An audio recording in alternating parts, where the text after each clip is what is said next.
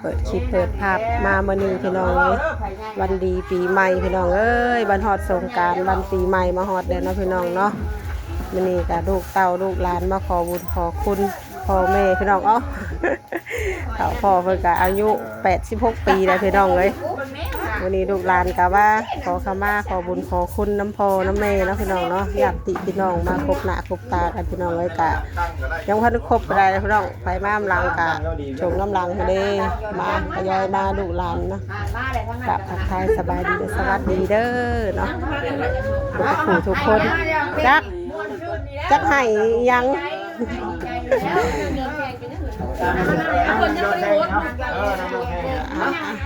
หากำลังเริ่มหางเริ่มยังบ่ทันได้ฮดเฮาเร็วแต่เฮาได้คือกันก่อนเนาะเนี่ย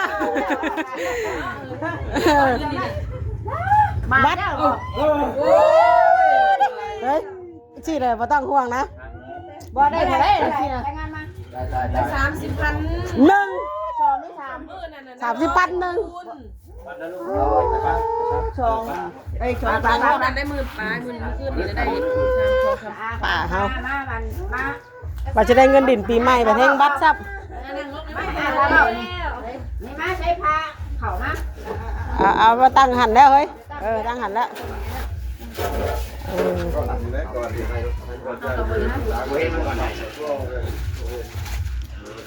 อันไหนนี่พออมสินหลานได้ลุงคงแล้วชื่อได้ยังบ่ชื่อได้บ่ปูโอ้ยชื่อเฮานี่ได้ปูชื่อง่ายน้ำดีนะคน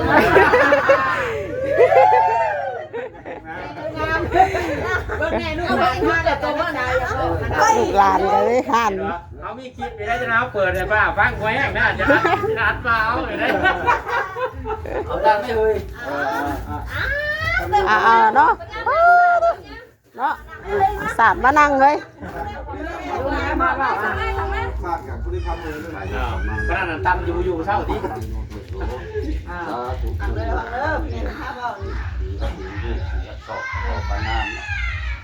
ลูกเต่านี่แหละทั้งลานลูกดอกไม้เทียนตาลูกทะเลทำนั่งเทียนเต่าเขาเป็นเจ้านี่แหละนายเจ้านี่ชื่ออะไรนี่ว่าลูกเต่าลูกลานที่ผ้าทั้งเคยแกงไม้ความหนากายหนาเคยแกงผ้ากายล้ำขอให้เราใหญ่ก็มูได้แล้วเราเป็นผู้ใหญ่ก็มูเราบ่อยู่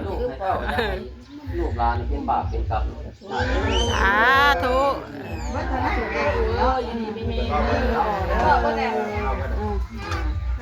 เพิ่นเว้าได้เฮาก็ฮดอย่างเดียวบัดนี้ก็ชุดน้ำอ้ายใหญ่แล้ว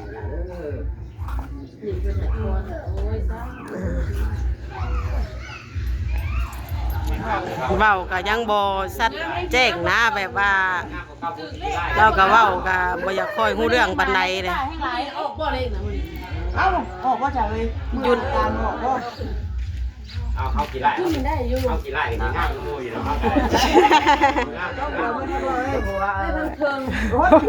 รถเปียกเลยบัดนี้อยู่ดีแห้งก็ลุงเด้อสุขภาพแข็งแรง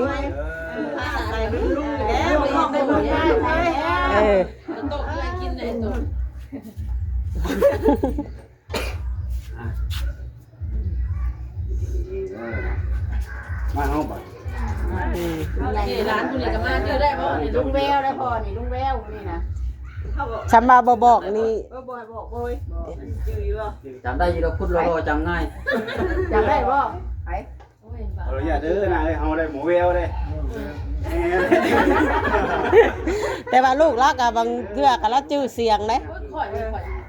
นั่นน่ะเพิ่นว่าขึ้นเจ้าว่าเป็นหยังคือให้กันโดนเราดีใจเด้อว่าน้ำเบาลูกไม่ค่อยจื้อลูกจื้อหลานเลย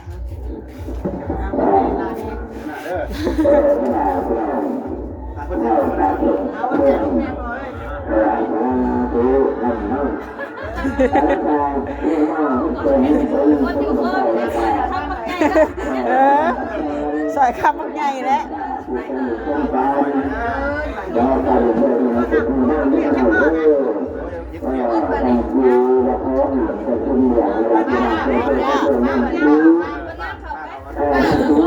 ้าได้แล้วเอาเลย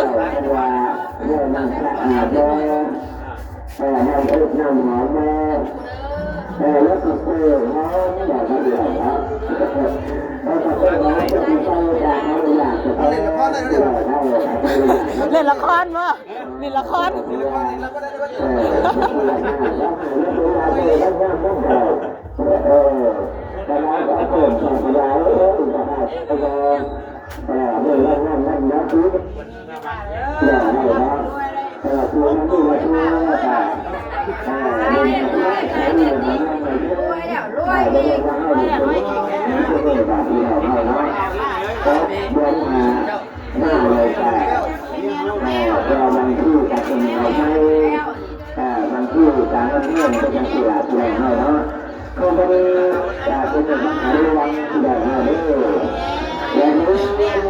ยังไม่เคยเห็นว่า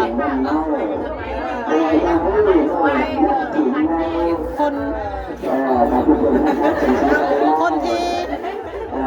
ที่หาวะติดกับปานางเลยเราเป็นน้องปานางเลย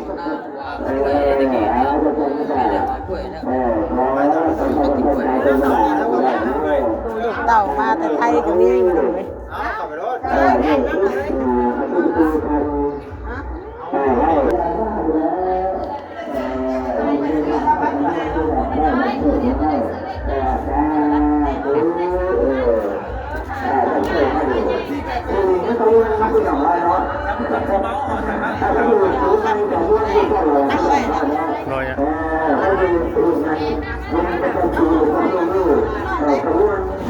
น้องอยู่อ่าง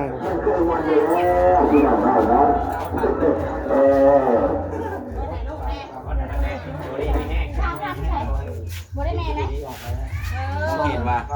5,000ไม่กินวะดำด้วยเตาแล้วด้วยเนี่ยไอ้กินด้วยทางมาบาทนี่ไว้ลูกเสียอนาคต เสียอนาคต เสียอนาคตคตอันนั้นเสียเมื่อว่านี่กาอันลูกแม่นั้นอันมีเมื่อน้ำเอ่ยก็เสียมีอะไรได้เหรอวันนี้ไปเนาะ เอาหัวหน้าไปแล้วแม่เอาหัวหน้าไปแล้วเอาหัวมันนี่มันเพ่งๆนี่บ้านเมืองมูนี่เป็นตะพอนบ้านโคกเป็นตะพอนดอกแม็กจะได้เลยเนาะโอ้มันแห้งแล้แค่โคกแห้งเละนะ ใส่คันมามั้งเนาะ ได้นานเลยแม่ไปได้ลูก เอาเนี่ยนะนี่นะกูมาแต่กรุงเทพคือที่ร้อนต้องคือว่าคือป่าว่าเอาไม่ได้หายดาวเองครับ ลูกเขาไปแล้วจบ แล้วใครกินยังไงมี ใครมาล้างกันนั่นล้าง เอาอยู่โมกูไปเอาจะพูดอะไรวะเอาอย่าหลอกพูดจะก่อนได้ ใช่เลยนะ ให้แม่ฮดก่อนให้แม่ฮดก่อนเจ้าจึงฮด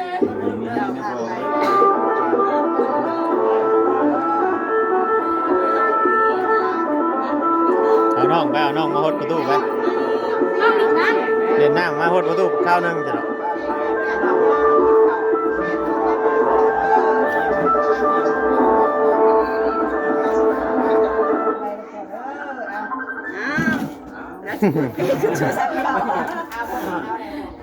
ลังสุกดิสุก ราชวามาแล้วการก็มาแล้วหายหมูทอดมาแล้วโตมาแล้ว หมดข้าวย่าเราเสด็จรถเอาได้เหรอ น้ำร้อนมาแล้วก็พวก มาลังเป็นน้ำมัน น้ำเย็นนะมันจะสีข้าวเย็นยังได้ลูกหลานมาคนประตู พ่อทำประตูนั่นเองลูกเอาน้องมาบอกน้องเลย น้องน้อง โยกนะ เห็นหน้าไม่เล่าเลยเขาเปลี่ยนนอนรับลูกหลานให้ร่วมให้เกิน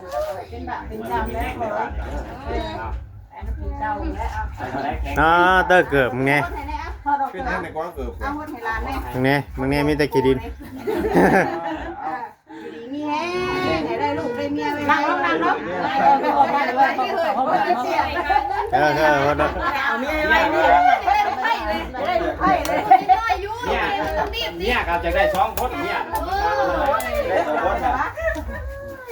ได้2คนมา เยอะไว้เนี่ยพอเราไล่ไปซื้อดัง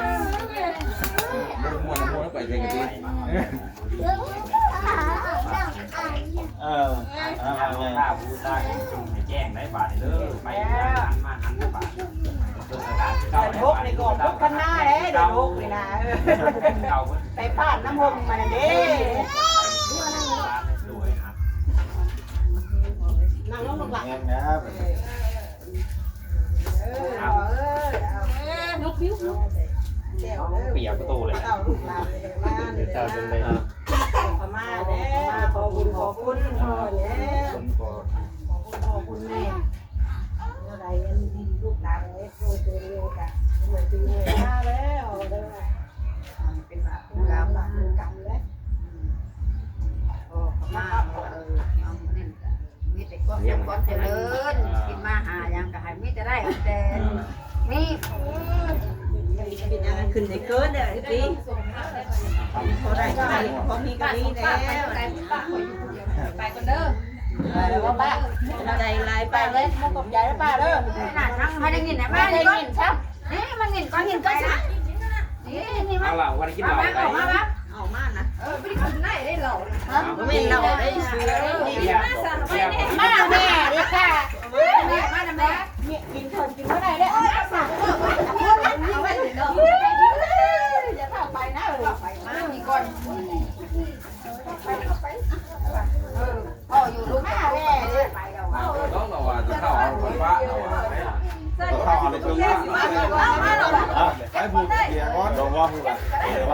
นี่มาแล้วเจ้าไปชมนะว่าชมแล้วมาดีเลยได้ที เอาหมดแล้วเลยหมดแล้วเ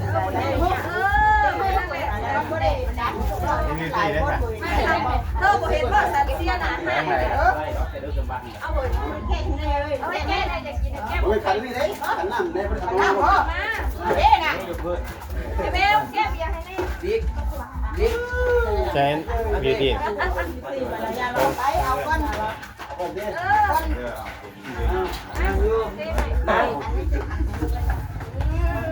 แต่ญาติพี่น้องเลยมาเมื่อรวมกันมื้อนี้พี่น้องตะกี้เพิ่นก็บ่ได้เป็นแบบนี้นะพี่น้องเอ้ยเพิ่นก็เว้ากะแจ้งแล้วก็จำได้บ่ทุกอย่างแล้วพี่น้องแต่วันนี้เพิ่นเป็นไอ้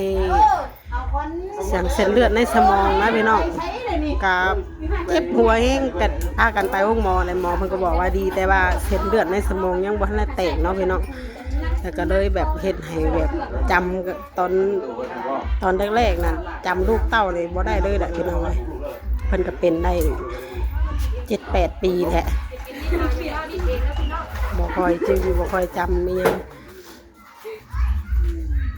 เดี๋ยวนี้ก็เริ่มดีขึ้นแม่พอได้รู้จักจื้อเสียงเอา ก่อนเลยลูกก่อน ให้หงลูกเอามาพี่มาว่าพี่ก็ได้ ป้าดูให้ป้าอะไรเด้อเป็นหมอเด้อ ของเสียบเป็น ถ้าอยากหัวต้องไป ถูกก้อนเลย ของแซ่บเอาไปดึก นั่นเห็นว่าสัตว์เสียนะนี่ได้สอง เพราะว่าคำนวณนี่สุดต้องติดแค่ไหนทำเงินน้ำพุ่นแต่ว่ามันจะดีบัดเอาไปไว้นาติ้ง ไปหาแล้วไปหาอีกออกไปได้แล้วทำคือ หัวใจที่เราคนมาใหม่อยู่ใจกับพ่อลูกหักแต่ว่าไม่ได้ตุ้ยนะยังจอยเพชรมาแม่โอ้ยไรลูกได้ไปได้ เช้า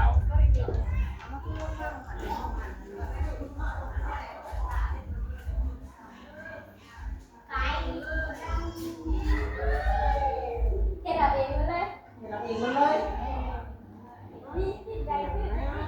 ไหวอันนี้ดอกไม้เฮ้ยจังหวะมันไหนครับแล้วก็ยังเ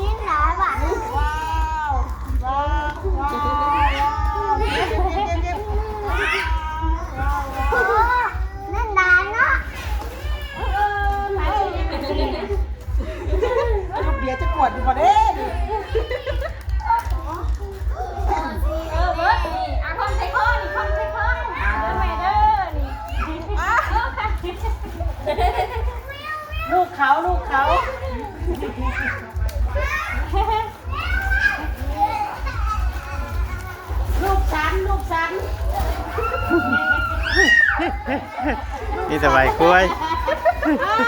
มีแต่ใบกล้วย แต่ว่า มีแต่ใบกล้วยมีแต่ใบกล้วยบีเนี่ย ตั้งนี่ก็ได้แล้วตั้งเลยแล้วตั้งเลยแล้ว ลมนะคะ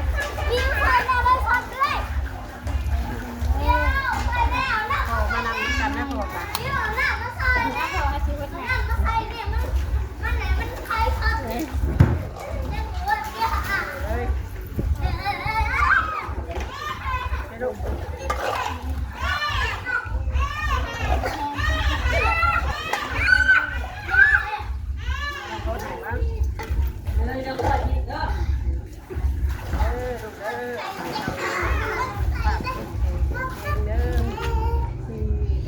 ของพ่อของแม่อะไรเนี่ยพ่อแม่พึ่งค่าใช้ได้เด้อเก่งพี่เอ้ยอย่าแล้วดอกเนาะเรายังน้อยอยู่นะ น้ำไหล เออ เด็กถึงเด็กเด็กให้กระโดดให้เถ่าเลิกให้ถึงเด็กน่ะ ถึกเด็กบ่ ถึงเด็ก ถึกเด็กหยัง 5,000 5,000กุ๊กบ่ถึกเด็ก68 10 บาทบิวตี้ได้ซะม่วนบ่ม่วนมากบ่โอ้ตะโอ้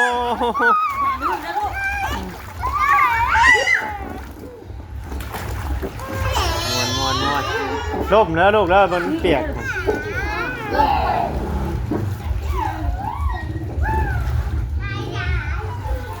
โอ้ทางนั้นกับบริฮูจักอีหยังนะทางนั้นน่ะม่วนอย่างเดียวน้องวีตี้จ้ะพี่น้องเลยเอาบ่เป็นหยังเนาะพี่น้องเนาะเพิ่นกายังน้อยอยู่เดี๋ยวไว้ให้ใหญ่ก่อน